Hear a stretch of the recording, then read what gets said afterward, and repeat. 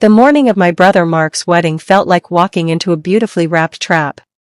The church was pristine, flooded with soft morning light, a testament to the recent, expensive renovations. I found Mark, looking nervous and handsome in his tuxedo, surrounded by his groomsmen. "Mark, you look amazing," I said, reaching to adjust his tie. My mother, Linda, materialized as if from the air. Her fingers closed like a vice around my wrist, stopping me. She pulled me aside, her smile a sharp, public curve. "Ava," she whispered, her voice low and urgent. "Just keep quiet about your life today.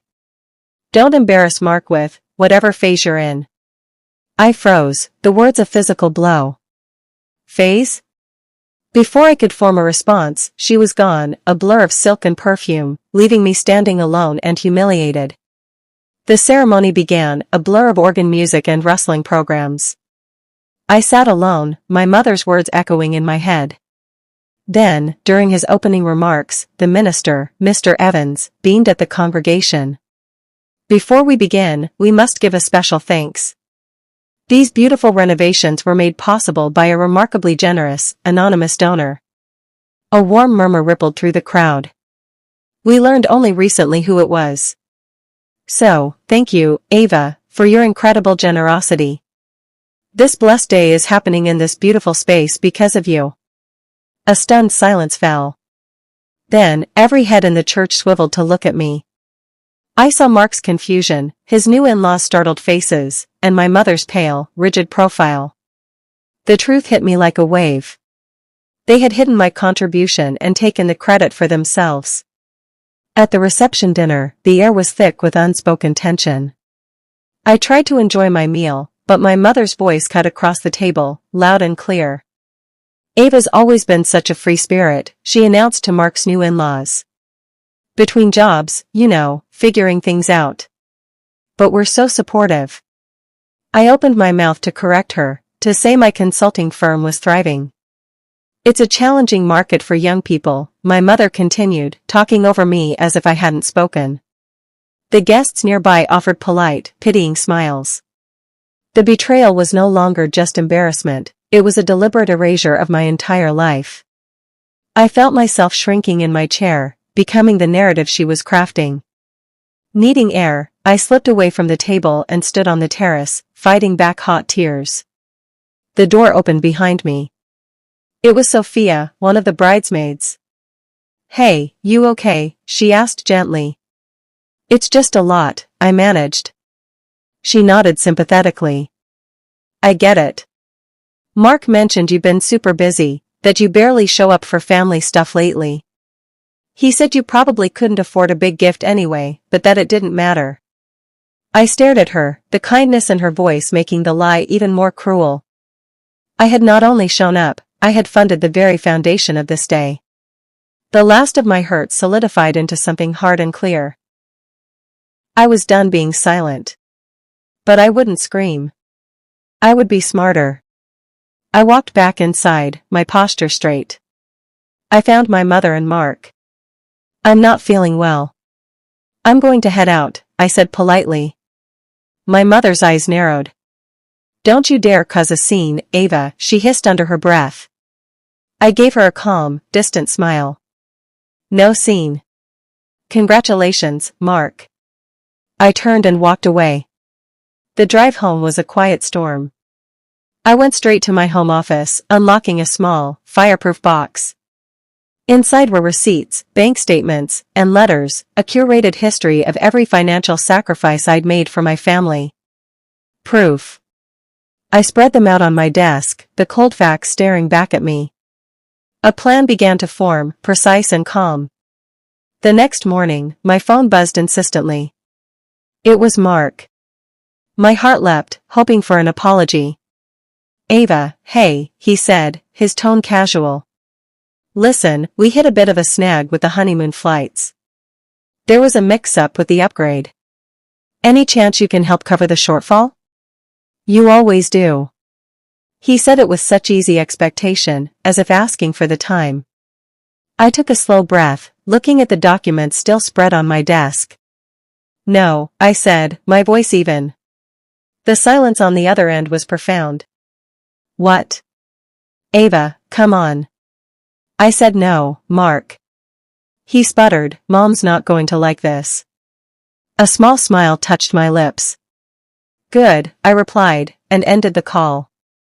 I poured all my frustrated energy into my work. My consulting firm, which my family dismissively called my little hobby, was my pride. I landed a meeting with a major national nonprofit, a contract that could define my career.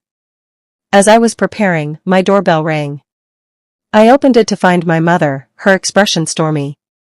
She brushed past me into my house. You need to call Mark and apologize, she demanded, without preamble. Apologize for what?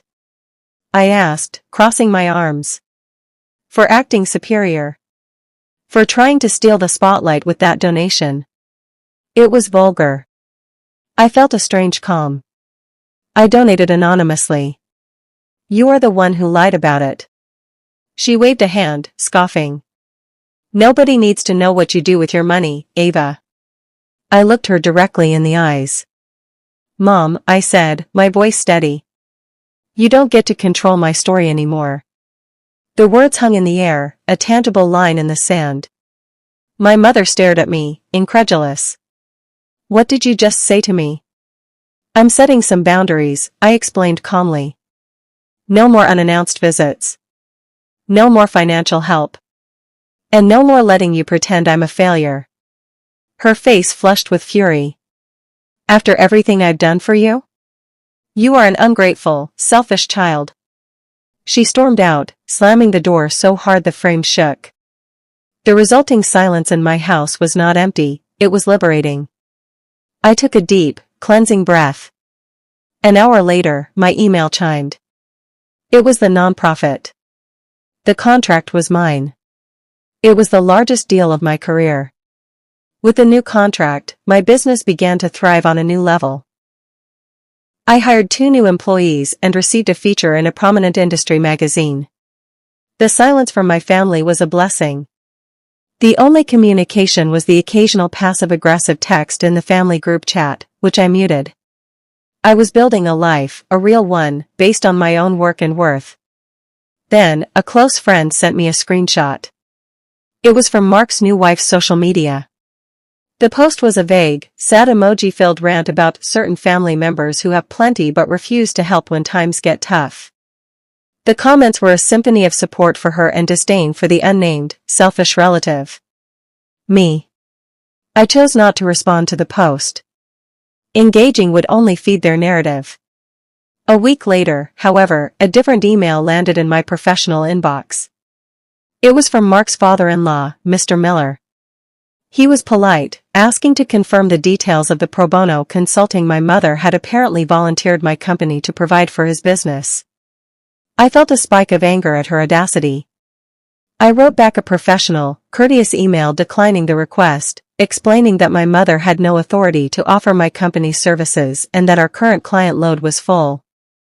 I received a surprised but gracious reply from him. My phone vibrated minutes later. I let it go to voicemail. My mother's furious voice filled the silence. How dare you humiliate me like that in front of him? I started a new journal, but this one wasn't for my feelings. It was a log of facts. I documented every interaction, every text, every voicemail. It wasn't for revenge, but for my own clarity, a ledger to remind myself of reality whenever their guilt-tripping fog rolled in. I also started seeing my therapist again. She helped me strengthen my resolve, untangling the knots of obligation my family had tied over a lifetime. I was rebuilding my identity, brick by brick. One evening, as I was reviewing a client proposal, my phone lit up with a text from Mark. It was blunt and devoid of warmth. We need money. Call me.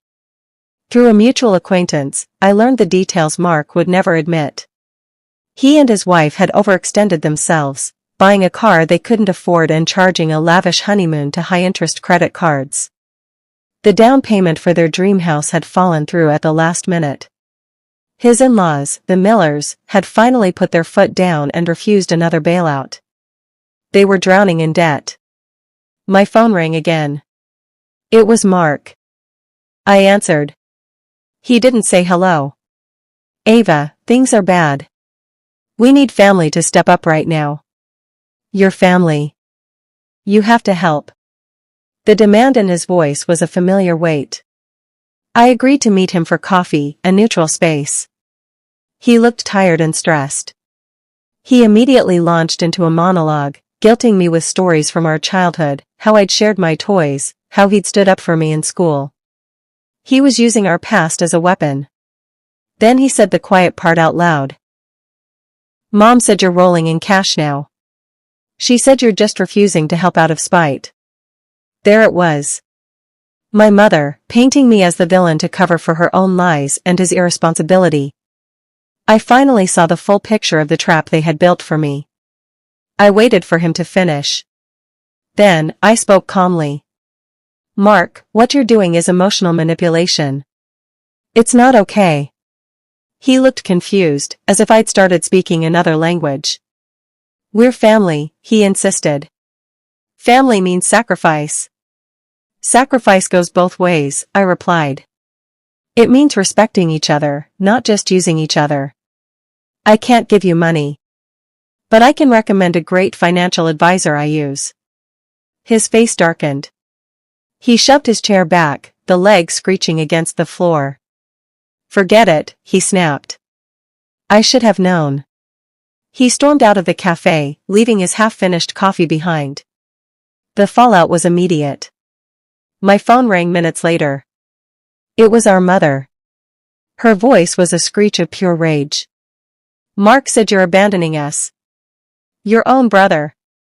You are choosing money over blood, you miserable girl. I didn't say a word. I simply hung up the phone and placed it gently on the table.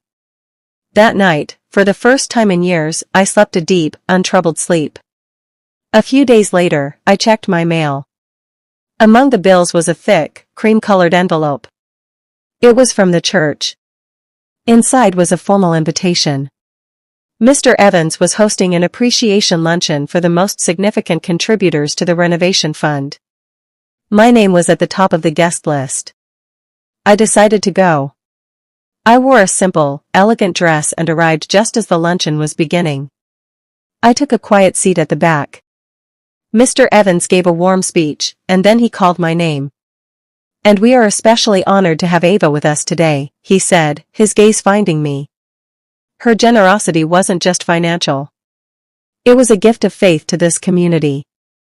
Her integrity and quiet leadership are an example to us all. The room broke into warm, sincere applause. I felt a blush rise to my cheeks. And then, from near the entrance, I heard a sharp, startled gasp. I knew that voice. I turned.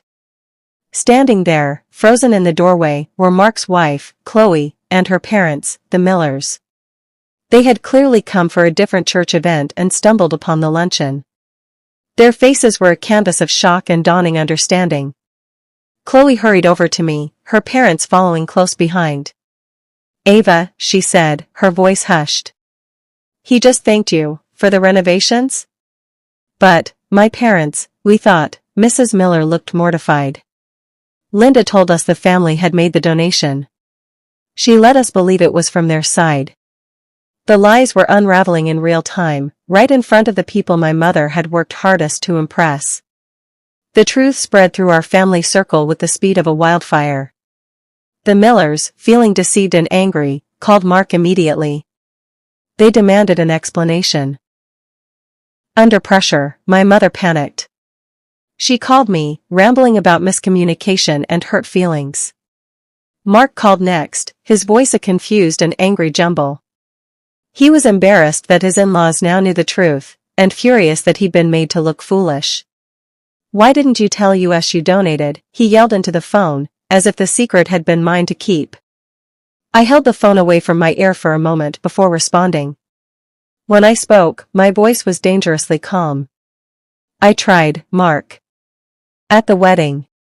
And 100 times before that. You and Mom didn't want to hear it.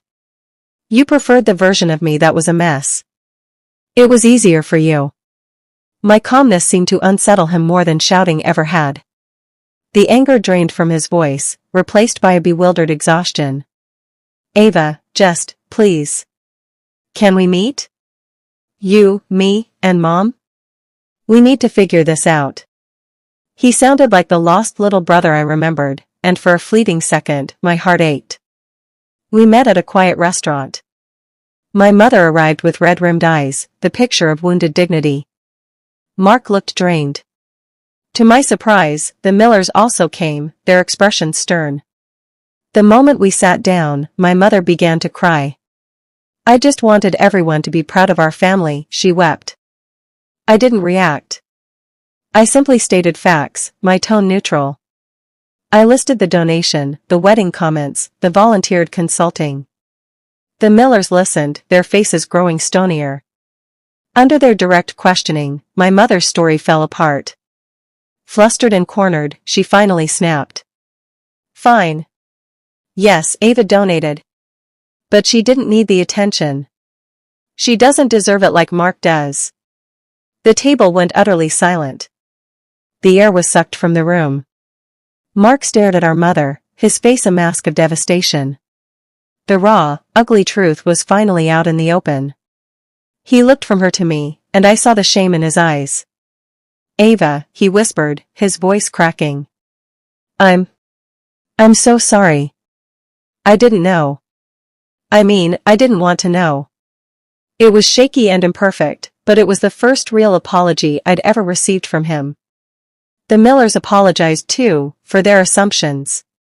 My mother sat in stony silence, refusing to acknowledge the damage she had caused. I looked at each of them, then slowly stood up. I'm choosing peace, I said.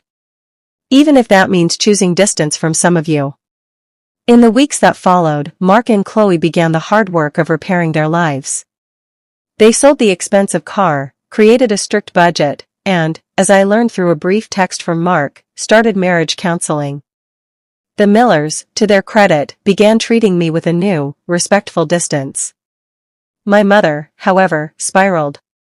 Without me to blame and control, she had lost her favorite narrative. Her calls became desperate, her messages pleading. She was realizing her power over me was gone.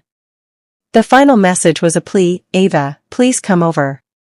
We need to talk. Just us. I decided to go, for my own closure. She was waiting for me in the living room I'd grown up in. She cycled through guilt, I was only trying to protect you, then denial, you're remembering it all wrong, and finally anger, after all I sacrificed. I let her speak until she ran out of words. Then I stood up. Mom, I said, my voice gentle but firm. I love you. But I'm done being small so you can feel big. I turned and walked to the door. I half expected her to follow, to scream, to grab my wrist one last time. But she didn't. I stepped outside, closed the door, and walked to my car. For the first time I left without being chased. My life opened up in the silence that followed. My business expanded, and I hired more staff. I deepened friendships with people who knew the real me. I traveled to places I'd always wanted to see and took up painting, something my mother had always called a frivolous waste of time. I experienced joy without the shadow of guilt. Mark and I texted occasionally. He updated me on his progress, and our relationship began a slow, cautious repair, on my terms, with my boundaries firmly in place. One afternoon, a formal letter arrived. I was being nominated for a prestigious Community Leadership Award for my philanthropic work. The award ceremony was held in a grand hotel ballroom. When they called my name, I walked to the podium, my heart steady. I gave a short speech about resilience, the courage to set boundaries, and the importance of choosing your own worth. In the audience, I saw Mr. Evans, the minister, beaming with pride. I saw Mark, watching me with a look I hadn't seen since we were children, genuine, uncomplicated pride. My mother was absent. I had not invited her. It was my choice, my boundary, my life. As I stepped away from the microphone to the sound of applause, I understood. Their silence had not broken me, it had freed me. When they silenced me, I thought I'd lost everything. But stepping away from them was the first time I truly found myself.